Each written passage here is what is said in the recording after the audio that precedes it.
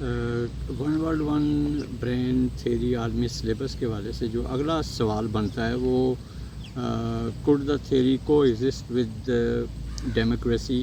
تو کیا یہ جو نقطۂ حیات ہے یا تعلیم کا جو نظریہ ہے معاشی آزادی اور خاندان سازی کے لیے ہر فرد کو جو ہے نا وہ ایک الگ اپنے رول میں صحیح معنوں میں اس کے جو فلسٹ پوٹینشیل ہے اس تک تکمیل کا وہ باعث بنے.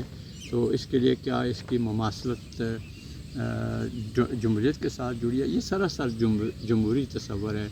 انسان کو فکری طور پر آزاد کرنے کا جو ہے وہ تصور ہے.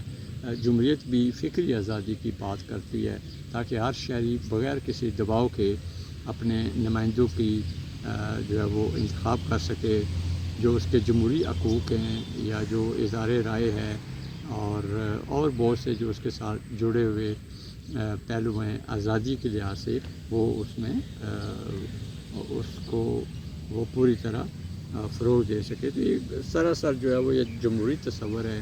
تعلیم، معیشت اور خاندان سازی، اس سے انسان آزاد ہوتا ہے اور جمہوریت میں اختلاف الرائے ہوتا ہے. یہی جمہوریت کا حسن بھی ہے.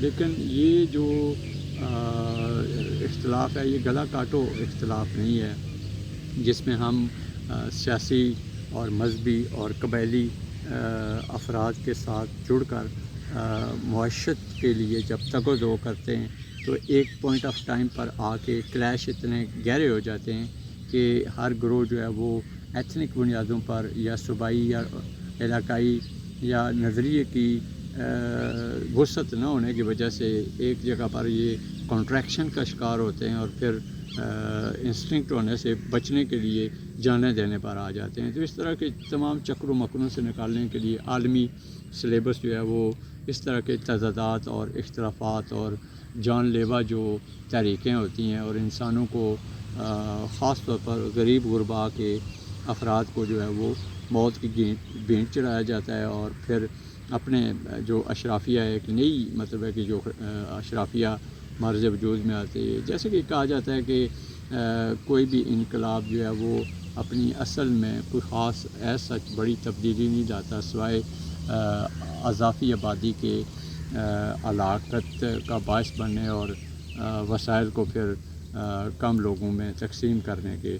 یعنی کہ ہر انقلاب جو ہے وہ اپنے اندر ایک نئے غاصب طبقے کو پیدا کرتا ہے جو اگلے 200-250 سال میں اپنی ایک جادوگری کے ذریعے جو ہے وہ ان کو مظلوم انسانیت کے طور پر یا استحصال کے طور پر ان کے استعمال کا باعث بنتا ہے.